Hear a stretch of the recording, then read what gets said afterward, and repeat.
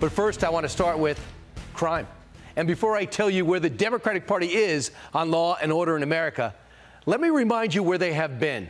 Remember this. Yes, I support the defund movement. Not only do we need to defund, but we need to dismantle and start anew. Why use the word defund? Why use the word defund? And it's like, this is the word that's coming from the streets. In many cities in America, over 1/3 of their city budget goes to police. So we have to have this conversation.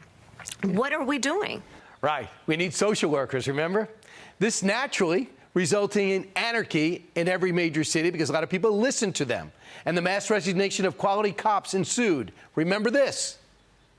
Bail reform for many years was based on how much money you had. If you're rich, you get out. If you're poor, you sit. There are so many people who are not a threat, who should not be held simply because they can't afford the bail. We are showing that the reforms that we put in place are working. Crime is coming down. It will continue to go down.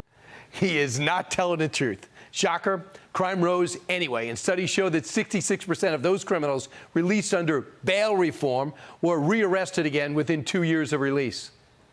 Remember when the Democrats thought the problem for illegal immigrants in America was ICE and its cooperation with law enforcement?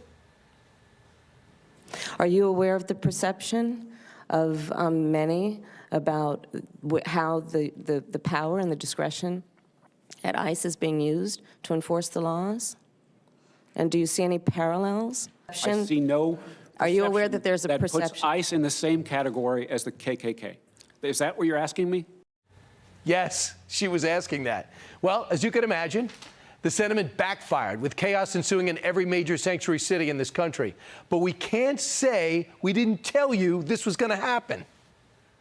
To secure the border, stop illegal immigration, pass case law, end sanctuary cities, end chain migration, cancel the ridiculous visa lottery, and keep the criminal drug dealers and terrorists the hell out of our country. Makes more sense every day. Now, suddenly, hold on to something steady, the left has seen the light. The White House is now calling for sanctuary cities to cooperate with ICE. And it's no surprise because of the results of the liberal soft-on-crime approach has been nothing short of catastrophic. No! Please be cooperative. No! All right, you know what? That. Oh, get down! Oh!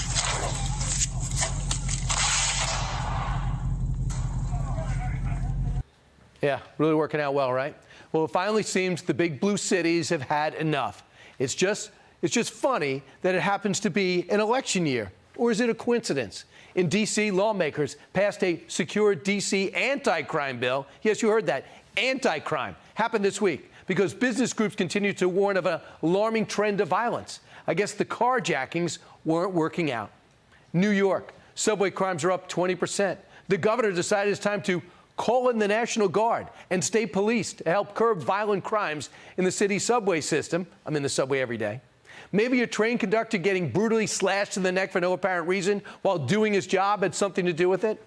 The very progressive city of San Francisco making a major shift, overwhelmingly voting in favor of a law and order ballot. Yep, backed by the city's Democratic mayor, facing re-election. That will allow police to better pursue suspects and require drug testing for welfare recipients. Who wrote that, Donald Trump? Well, I guess a retail crime wave, ton of burglaries, rampant drug use isn't the best campaign to run on. What do you think?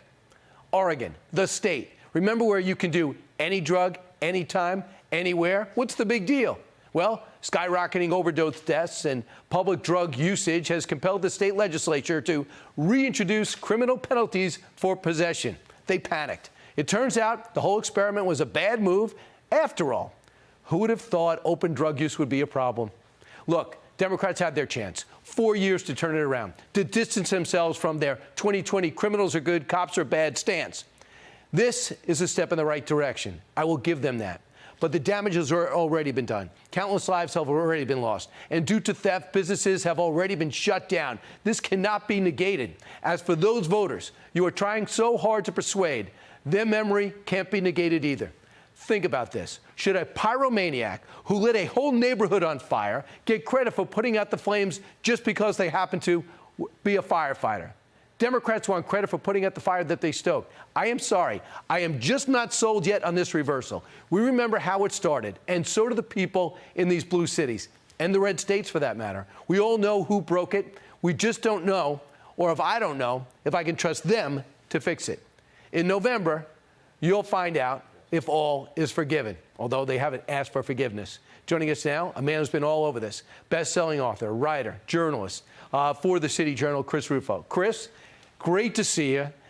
How did we get here where the Democrats agree more with you than their old philosophy?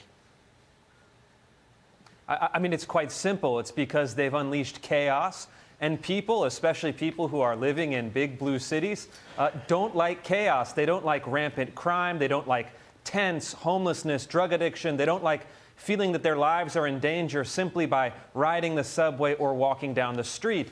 I've been warning that this would happen since I started reporting on urban dysfunction in 2019 before the great George Floyd revolution. And just like clockwork, if you let criminals out, if you shut down prisons, if you allow people to do drugs and commit property crimes, guess what? You get more of those things. And so these are encouraging signs, but it's just the beginning. I think we need to seriously consider doubling the prison population in this country by focusing on violent criminals, repeat offenders, and people who simply cannot stop committing crimes with sometimes dozens or even hundreds of offenses in these cities. If we did that, we'd see a plummeting of crime by more than 50% because, of course, a vanishingly small minority of individuals and repeat offenders commit the vast majority of crimes. You talk about something that's already happened. In Seattle, they elected a moderate mayor, a Republican city attorney.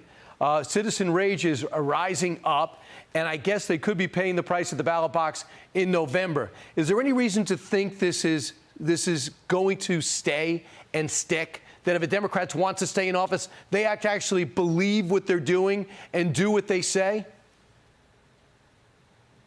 Well, there's one key thing that we need to think about in order for that to happen. It's to create counter institutions in all of these cities. Look, Seattle, San Francisco, Los Angeles have been dominated by the left, by unions, by universities, by left-wing activist groups, by philanthropists who dump money into defund the police and decarceration schemes. And so wealthy, successful people in these cities need to start opening up their checkbooks and funding new organizations, new leaders, new investigative journalists to try to take these cities back. I'm involved in some of these efforts, and so far the signs are encouraging. We have people in finance, tech, real estate, and other industries finally waking up to say, if we don't turn this around, if we don't reestablish law and order, these cities are only going to continue to slide down the drain.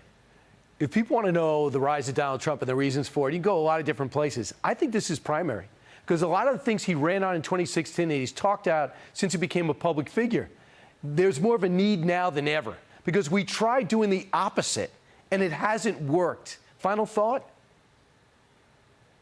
Well, this could be 1968 all over again. Of course, there were widespread riots in 1968, and then the Democratic National Convention in Chicago, where it will be held again this year, suffered from chaos and rioting, ushering in the election of Richard Nixon. If history repeats itself in this same kind of manner, we will see the second election of Donald Trump.